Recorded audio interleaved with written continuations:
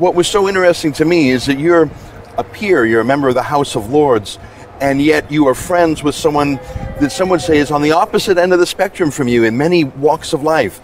I'm talking about Tommy Robinson. How did that unlikely friendship come about? Well, I can't remember. I remember now how Tommy and I met. I was asking one of my questions in the Lords, really trying to talk about Islam, and I was trying to ask publicly whether to talk about Islam, to try and understand Islam, the tenets of Islam and all that, constituted hate speech. And Tommy heard about this, and so he decided to come and listen. And he was supposed to go into the public gallery, as I understood it, but of course he met up with some of my friends, and before we knew where we were, he was in the Distinguished Visitors Gallery, in the front row, in front of the Liberal Democrat Party, who all got extremely jumpy about the whole thing. And then I had such a rough ride in that particular question, which I think has gone on YouTube and that sort of thing, that when Tommy came to me and said, I'd like to interview, I said, yes, Tommy, come on, let's do an interview. So we went and did an interview together, which isn't very good, but it's got some good parts in it, and I met him, and I met a most remarkable man. I met someone who's not at all what the mainstream media and the idiotic political establishment and everything would have you believe. I met the man of his speech to the Oxford Union. I've read his autobiography, Enemy of the State. And I've also, it's such a work of Muslim Islamic scholarship that I couldn't possibly read it, but I have looked at his book, which he co-authored with Peter McLaughlin. Mohammed's Quran. Mohammed's Quran, which is a terribly important book because it attempts to put the Quran into chronological order. And if you can't understand the basic and terrifying Muslim tenet of abrogation, whereby the later verses of the Quran outweigh and cancel the later violent verses of the sword, the verses post-Medina, cancel the earlier verses of peace. If you don't understand that, you can't really begin to understand Islam. So it's a hugely important book. So I met a most exceptional man, and I don't give a damn where he comes from, and he doesn't give a damn where I come from. And we made friends, and it's as simple as that. Your observations about Tommy, I share them and other people share them, but typically I find in the United Kingdom especially, in politics, in the media, in polite company, people may think those thoughts, but if they dare say them out loud, they're marginalized and deep unpersoned. Is it only because you have the unshakable seat in the House of Lords that you can say these things with impunity? Oh yes, I think some of the things I've said in the Lords, which I say under privilege, parliamentary privilege, I can't actually be arrested for what I say in the Lords. But when, for instance, the other day I made the simplest of comments, I said, and the House was full, and I just said, my Lords, since nowadays most terrorists are Islamists, and the place erupted. But that's incontrovertible. That's a mathematical question. You'd have thought, but also saying, pointing out that our grooming gang scandal in this country, which is a colossal scandal. I mean, yesterday I challenged the government with the fact that if you extrapolate the towns and areas where we have official and semi-official figures, if you extrapolate those figures nationally, we're looking at 250,000 girls, minimum, raped this century. We're looking at between 5 and 8 million rapes by Muslim men. Okay, that's the point, of these girls. And some would say, I don't know enough about it, they're sanctioned in the Quran by what your right hand possesses, and so on. I don't know whether it is or not, but I want to talk about it. I don't want to go on being told that I can't talk about it. And as you say, as soon as you mention it in polite society or anywhere talking to normal people, they just switch off. They assume, but this is a great conundrum. They assume that because most of the Muslims we know, we all know lots of them, they're peaceful people, praying, giving alms, and so because they are peaceful, so must the Muslim religion be peaceful. And it isn't necessarily the same thing at all. There's a distinction between criticizing Islam, the doctrine, the philosophy, the religion, and criticizing an individual Muslim. Of course. I think some people are afraid that if you criticize the doctrine, you're necessarily condemning individual that's what they people. say. They always throw it at me. They say, come on, you're, condemning millions of innocent people. I mean, I do say, en passant there, that only 8% of the tip-offs to our police and various programs we've got against Islam, and so only 8% come within our very close-knit Muslim communities. So one does slightly say, if only 1% of these people are the violent sort, what the hell are the other 99% doing about it? One could ask for more of that. But I have never criticized, I've got Muslim friends, and we don't, and Tommy doesn't, and Gerard doesn't, and other people. I don't criticize Muslims as such. I want to know about their religion, and I want to know where it may lead when, for instance, in 15 years, a dozen or so of our local authorities in this country are going to be Muslim majority, because the Muslim birth rate, and I have government answers to show this, the Muslim birth rate is going up at about 10 times the national birth rate, the non-Muslim birth rate. Now that's quite worrying, because when they become a majority, and all Muslims have a duty to live under Sharia law, they have to follow the Quran and the doings and sayings of the Prophet, what's going to happen? I don't know. But I think it's better we start talking about it now. Well, that's how Islam is so connected to free speech, because any other ideology, capitalism, socialism, communism, Christianity, is open for criticism. No, communism wasn't. Oh, One word against that, 8 years in the Gulag, mate. So, Well, that's a good point. We had a denazification after the Second World War. We didn't have a decommunization after the fall of the Berlin Wall. But you're not even allowed to... Are you allowed to criticize Islam in the public square in the United Kingdom?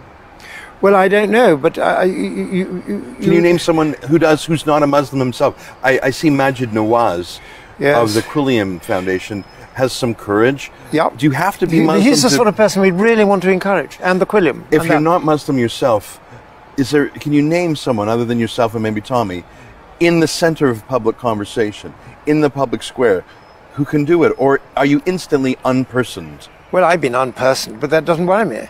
If I'm unpersoned by this lot, I regard it as rather a compliment. It doesn't worry me at all. But I think I am the only member of either House of Parliament who has tried to talk about Islam since Winston Churchill in 1896 or something like that. He's being unpersoned retroactively, isn't he? Yeah, but what he had to say was actually quite interesting, and it's worth a read. What did he say? Well, he said he was quite precise and negative about the Mohammedans, and that their whole business of inshallah and the rest of it led them to be rather lazy, and not to... it's worth a read, it's one paragraph. But so I'm the only person who's been doing it, and I've got quite a few people, peers and things, who privately say to me, we think what you're doing is so valuable, thank you very much, we're right behind you, you're frightfully brave, and so on, so forth. To which I say, well, yeah, you may be right behind me, but you seem quite a long way behind me. Yeah. Because when I have one of these questions, most of them aren't even in the chamber. A lot of us in North America watched with admiration as Nigel Farage led the Brexit referendum. And it was a premonition of the Donald Trump phenomenon, many of us think. Yeah. I think we all give credit to Nigel Farage for that. And we say this as outsiders. We don't know the internal dealings. No, he deserves it, fully. Yeah. He stays away from the Islam issue very, very assiduously. Is there a political force? You said you're the only one in either House of Parliament. Is there a force that will talk about these the way they are in some continental European countries, where it's Marine Le Pen or Matteo Salvini or the Alternative for Deutschland? Is there a force in the United Kingdom that will talk about these in a responsible, mainstream way, like ought to be done? Well, we're on the Nigel point. I mean, you're absolutely right. Nigel is the hero of Brexit. He deserves a dukedom for what he did. And it's understandable that Nigel wants to see that through. and that he sees Islam as something of a diversion, which is possibly a little ahead of its time. And he could be right about that. But he and others will get on with Brexit. I don't know, the Conservative Party, I mean, none of them. The problem is that none of our politicians or our bureaucrats or our political media, none of them have ever done a deal in their lives. So they don't understand how incredibly strong the United Kingdom's hand is in these negotiations. They don't understand that we have the upper hand in mutual residence, because there are 4 million of them living here, 1.2 million of us living there, and we've offered them mutual residence the Christmas before last. And you can see what drives the Commission. Its only ambition in life is to keep the project going. So it turned around to that and said we were making its people into bargaining chips. So on mutual residence, we've got the cards. On trade, we've got the cards, because if we are forced back to the WTO, the World Trade Organization, instead of continuing with the free trade we already have, they will pay us some 13.5 billion in extra tariffs, and we'll pay them 5. Thank you very much, profit of 8 billion. On security, we're part of the Five Eyes with you. We'll go on giving them security, which has foiled most of the Muslim plots in Europe in recent years.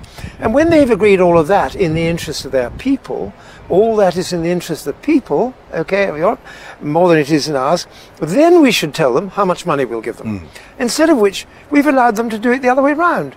We've allowed them to start demanding £40 billion to allow us out of this wretched thing. And what our politicians, they simply haven't understood what motivates the Commission, the bureaucrats, the unelected Commission in Brussels, who have the monopoly of proposing all the laws, which then go into a secret body called COREPER, which argue all the laws. All this in secret, it all comes out, goes to the Council of Ministers, and then it's law. And there's nothing this place can do about it at all, and it's done nothing. About 20,000 laws have been passed like that since we joined, and there's absolutely, I'm thinking of a polite word, nothing this place can do about it. And we never have, and we never will. And so it is, they are vermin. They have destroyed our democracy, and they are feasting on its carcass. Wow. So the word vermin is absolutely accurate to describe the Commission in Brussels. Last question. Thank you so much for your time, by the way, and thank you for inviting me into the building. It was beautiful. Donald Trump beat more than a dozen primary competitors, and then he beat the entire political media establishment. And he did a number of things that were regarded untouchable before him. Is there a possibility that a force could arise within the United Kingdom? Is that UKIP? Is there some way that the European Union could be dashed, that the political correctness can be dashed, that someone can reconnect with Labour voters who have been abandoned by their own leadership? And Conservative voters. Yeah. Is a Trump-like phenomenon even possible here, or would the system... I mean, I think the referendum here, well, it predated Trump, but it's the same phenomenon, really. It's real people who have far greater means of communication now, instant communication. They're well educated, they know what's going on. It is the real people rebelling against the political establishment. And looking into the future here, I see the only vehicle for that sort of energy, and we saw quite a lot of the energy this morning outside the Old Bailey and so on, the only vehicle for that is actually a political party. Because you can march as much as... These people have been here for months. Nobody gives a damn. The marches we have and so on, 1 million people marched against the Iraq War. Makes no difference at all to these people. We couldn't care less. We sit there in our gilded chamber and in the House of Commons, which is what matters. The only thing that matters is votes. And the only way we're going to change the sort of tendencies that you've just mentioned, which are extremely worrying and destructive to our culture, is through a political party and votes at a general election. Otherwise, we're in Rome 400 AD, you know. This chap Alaric, not a bad fellow, got quite a pretty daughter. Open the gates, let him. That's where we are culturally. And we do have people who will fight it, who have still got the energy. But that energy has to be I mean, marches are great, and it has to be channeled through a political party, and the only one vaguely in sight is UKIP under Gerald Batten's leadership and so on, and that's the only hope I see.